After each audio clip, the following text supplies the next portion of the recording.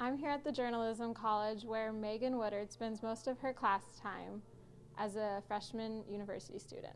Well, I was the editor of my school newspaper for 3 years in high school, so that was pretty good experience with journalism, I think. Just like making sure that you have a good balance of like photo and video and like good interviews and all that stuff, and making sure that your staff is doing what they're supposed to do or whatever. So that was pretty cool, like having an experience being an editor, even if it was on kind of a small scale.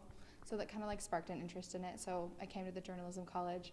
But there's always been like an interest I have for English and like teaching English and like reading and writing in general. I really like fiction, but I also really like the nonfiction kind of like biographies sort of thing. And I think that that's like, if I really want to go into journalism, if I decide that's what I want to do, I really want to go into like profiling, like writing. Megan enjoys reading biographies because of the in-depth investigative reporting and profiling the authors do on the lives of these individuals. I think the Marilyn Monroe ones are really interesting only because there's such variation like among all of the different ones that are out there, and just the different styles of reporting that you see people take on, or like where they get their information and how accurate they think that is. So I think that's really interesting, looking at like different biographies on the same person and seeing how different journalists have taken it to different levels. So like I think that's really interesting, and I'd like to do that someday. One that was like really popular at the time and a really interesting one to look at actually, like with the media, is JFK and Marilyn Monroe and their whole relationship, and like the theories that surround Marilyn's death because she was so involved with JFK, or